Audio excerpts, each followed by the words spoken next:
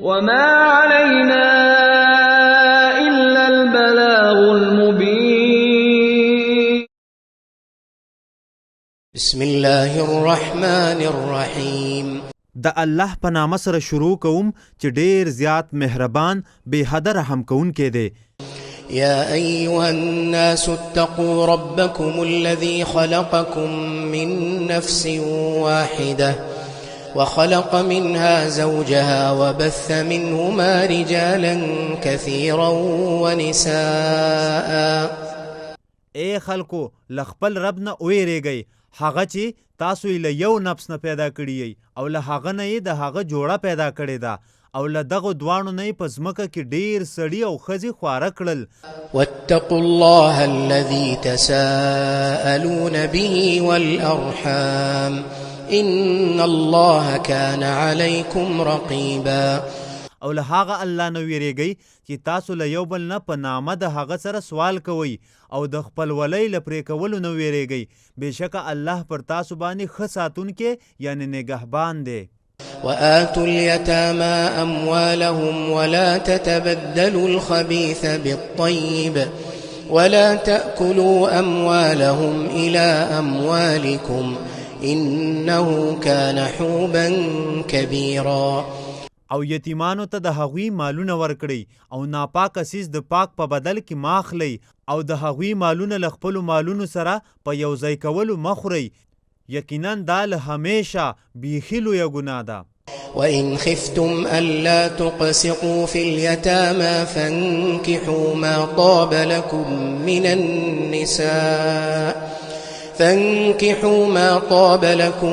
من النساء مثنى وثلاث ورباع. او که چیرې تاسو ویرېدلی له دې چې د یتیمانو په حق کې به انصاف ونه کړی شئ بیا نو له نورو هغو ښځو سره نکاح وکړئ چې ستاسو خوښې وي، دوه دوه یا درې درې یا څلور څلور. فإن خفتم ألا تعدلوا فواحدة أو ما ملكت أيمانكم ذلك أدنى ألا تعولوا. نو که تاسو ویرېدلی چې انصاف به ونه کړی شئ بیا نو له یوې اصیلې ښځې سره نکاح وکړئ یا وینځه واخلئ. دا طریقه ډیره نږدې ده دې ته چې تاسو به ظلم ونه کړئ. وآتوا النساء صدقاتهن نحلة فإن طبن لكم عن شيء منه نفسا فكلوه هنيئا مريئا. او ښځو ته د هغوی مهرونه په خوشحالۍ سره ورکړئ. بیا که دوی تاسو ته له هغه مهر نه څه شی د زړه په خوشحالۍ سره درکړي نو هغه خورئ چې ښه خوندور، حلال او بې ضرره دی. ولا تؤتوا السفهاء أموالكم التي جعل الله لكم قياما وارزقوهم فيها واكسوهم وقولوا لهم قولا معروفا. او ناپوهو کسانو ته د هغوی مالونه مه ورسپارئ هغه چې الله تاسو لپاره د ګزران سبب ګرځولی دي او له دغو مالونو نه تاسو هغوی ته خوراک ورکوئ او جامه ورکوئ او هغوی ته ښه خبره کوئ. وابتلوا اليتامى حتى إذا بلغوا النكاح فإن آنستم منهم رشدا فادفعوا إليهم أموالهم. او تاسو یتیمان ازمایئ تر هغه پورې چې دوی حد د نکاح ته ورسیږي. نو که تاسو له هغوی نه څه هوښیارتیا معلومه یعنې محسوسه کړه بیا نو هغوی ته خپل مالونه وروسپارئ. ولا تأكلوها إسرافا وبدارا أن يكبروا ومن كان غنيا فليستعفف ومن كان فقيرا فليأكل بالمعروف. او تاسو دا د یتیمانو مالونه په اسراف سره او جلتۍ سره مخورئ چې دوی به لوی شي نو وابه یخلي او څوک د یتیم ولی چې مالدار وي نو هغه دې له دې ماله ځان ښه بچ ساتي او څوک چې فقیر وي نو هغه دې له دستور سره سم خوري. فإذا دفعتم إليهم أموالهم فأشهدوا عليهم وكفى بالله حسيبا. بیا چې کله هغوی ته خپل مالونه ورکوئ نو په دې ورکړه باندې ګواهان ونیسئ او الله کافي دی چې ښه حساب اخیستونکی دی. للرجال نصيب مما ترك الوالدان والأقربون وللنساء نصيب مما ترك الوالدان والأقربون مما قل منه أو كثر نصيبا مفروضا. د نارینه‌و لپاره حصه شته له هغه مال نه چې مور او پلار او نږدې خپلوانې پرېږدي، او د ښځو لپاره هم حصه شته له هغه مال نه چې مور او پلار او نږدې خپلوانې پرېږدي، له هغه مال نه چې لږ وي یا ډیر وي، مقرر کړی شوې برخه ده. وإذا حضر القسمة أولو القربى واليتامى والمساكين فارزقوهم منه وقولوا لهم قولا معروفا. او کله چې د میراث تقسیم ته خپلوان او یتیمان او مسکینان حاضر شي، نو له هغه مال نه دوی ته هم څه ورکړئ او دوی ته ښه خبره وکړئ. وليخشى الذين لو تركوا من خلفهم ذرية ضعافا خافوا عليهم فليتقوا الله وليقولوا قولا سديدا. او هغه کسان دی ویریږي چې کچری دوی له خپل ځان یعنی له مرګ نه وروسته کمزوري بچي پرېږدي، نو دوی به په هغو باندې ویریږي، نو لازم ده چې له الله نه دی ویریږي او سمه نیغه خبره دی وکړي. إن الذين يأكلون أموال اليتامى ظلما إنما يأكلون في بطونهم نارا وسيصلون سعيرا. بشکه هغه کسان چې د یتیمانو مالونه په ظلم سره خوري، یقینا هم دا خبره ده چې هغوی په خپلو خېټو کې اور خوري او ژر ده چې لمبې وهونکي اور کې به داخل شي. يوصيكم الله في أولادكم للذكر مثل حظ الأنثيين فإن كن نساء فوق 2 فلهن ثلثا ما ترك. الله تاسو ته ستاسو د اولاد په باره کې وصیت کوي چې د یو نر اولاد لپاره د 2 جینکو د حصې په مثل حصه ده، نو که دوی 2 یا له 2 نه زیاتې جینکۍ وي، نو د دوی لپاره 2 په 3 برخې دي د هغه مال چې د پرېښی وي. وإن كانت واحدة فلها النصف ولأبويه لكل واحد منهما السدس مما ترك إن كان له ولد.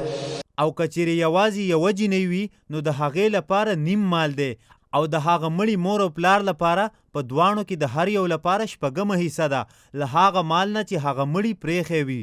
کچری د هغه مړي لپاره اولاد وي، فإن لم يكن له ولد وورثه أبواه فلأمه الثلث فإن كان له إخوة فلأمه السدس من بعد وصية يوصي بها أو دين.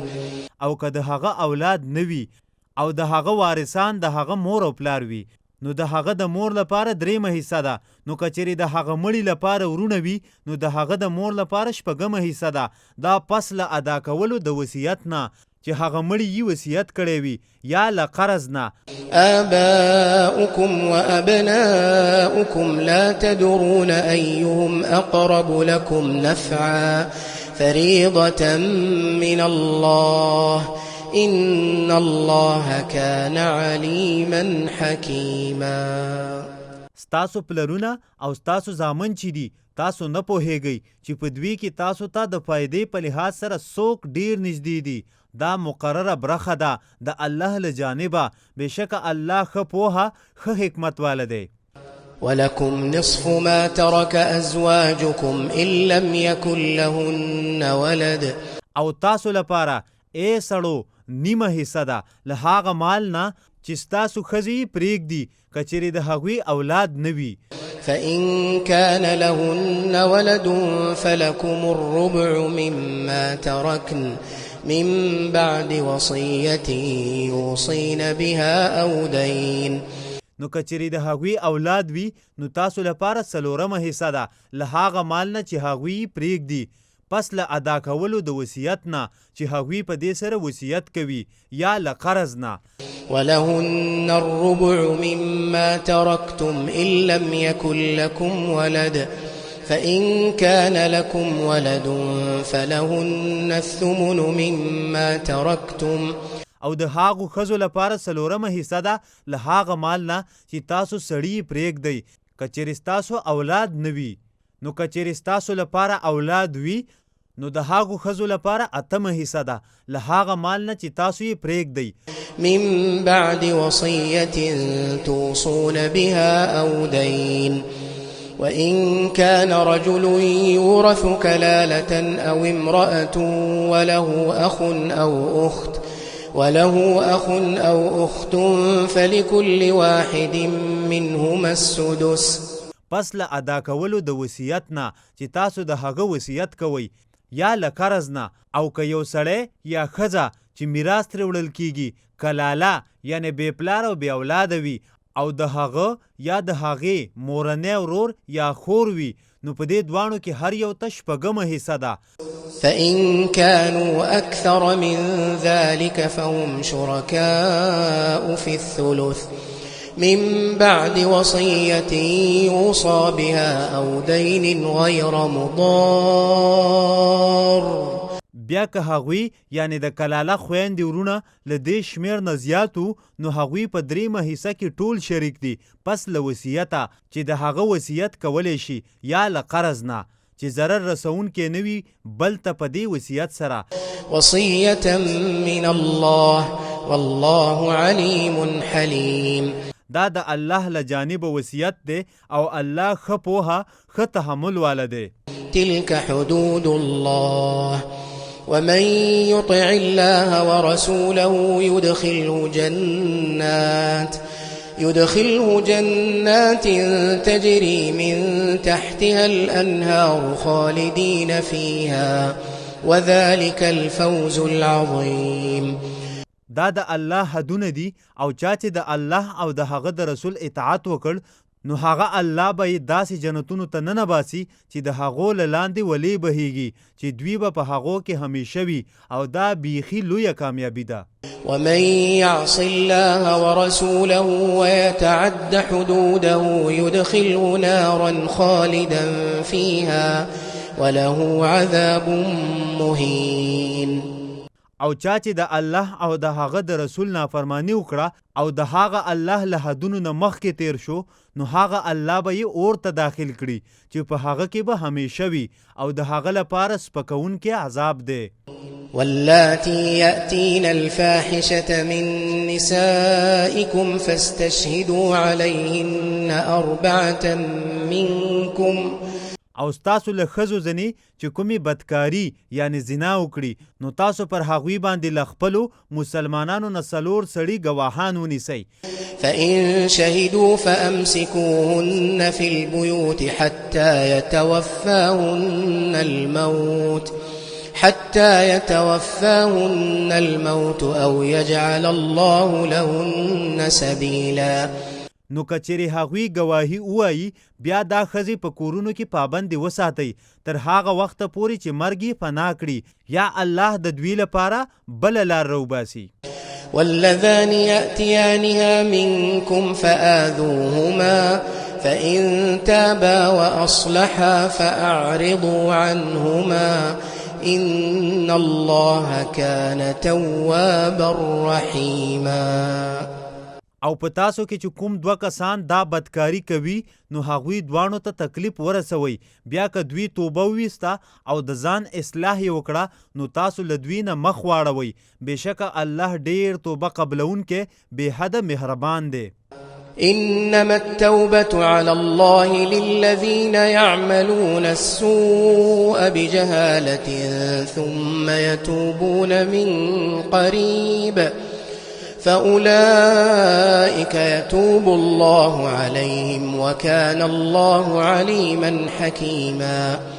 اصل خبره دا ده چې په الله باندې د توبې د قبلولو حق د هغه چا لپاره دی چې په ناپوهۍ سره ګناه کوي بیا ډېر ژر توبه وباسي نو دغه خلک دي چې الله د هغوی توبه قبلوي او الله ښه پوهه ښه حکمت والا دی.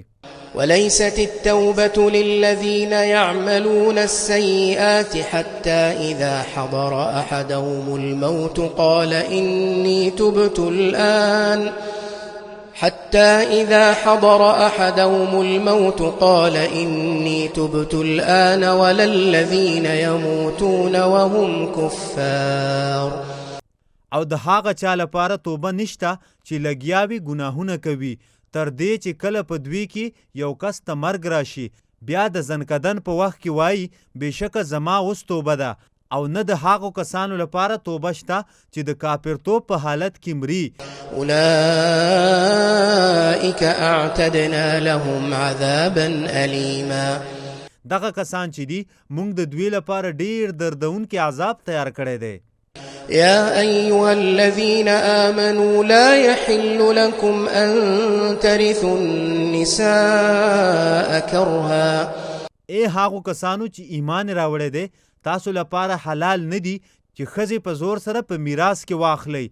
ولا تعضلوهن لتذهبوا ببعض ما آتيتموهن إلا أن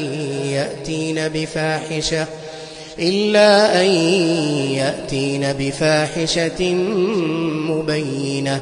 او په دې غرض دوی ممنه کوئ یعنی متنګوئ چې تاسو له دوی نه له هغه مال نه څه برخه بیرته واخلئ چې تاسو دوی ته ورکړی وو، مګر دا چې دوی ښکاره بد کار وکړي نو بیا یې تنګولی شئ. وعاشروهن بالمعروف فإن كرهتموهن فعسى أن تكرهوا شيئا ويجعل الله فيه خيرا كثيرا. او له دوی سره په ښه طریقه ګزران کوئ، نو که دوی ستاسو خوښې نه وي نو کیدای شي چې تاسو به یو شی بد ګڼئ او الله به په هغه کې ډیر زیات خیر ایښی. وإن أردتم استبدال زوج مكان زوج وآتيتم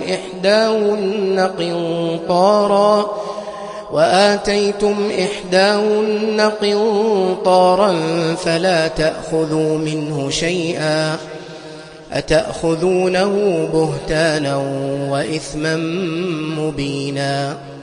او کچری تاسو غواړئ چې د یوې ښځې په ځای بله ښځه بدله راولئ او تاسو په دوی کې یوې ته ډیری مالونه ورکړي وي نو له هغه مال نه هیڅ شی هم ماخلئ. آیا تاسو به هغه مال اخلئ په بهتان لګولو سره او په ښکاره ګناه سره؟ وكيف تأخذونه وقد أفضى بعضكم إلى بعض وأخذن منكم ميثاقا غليظا.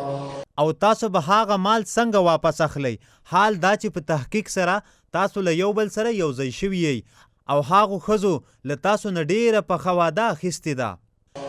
ولا تنكحوا ما نكح آباؤكم من النساء إلا ما قد سلف إنه كان فاحشة ومقتا وساء سبيلا. او له کومو ښځو سره چې ستاسو پلرونو نکاح کړې ده تاسو له هغوی سره نکاح مه کوئ، لیکن هغه چې مخکې تیر شوي دي. بېشکه دا له همیشه د ډېرې بې حیایۍ او د الله د غضب کار دی او بده لار ده. حرمت عليكم أمهاتكم وبناتكم وأخواتكم وعماتكم وخالاتكم وبنات الأخ وبنات الأخت وأمهاتكم اللاتي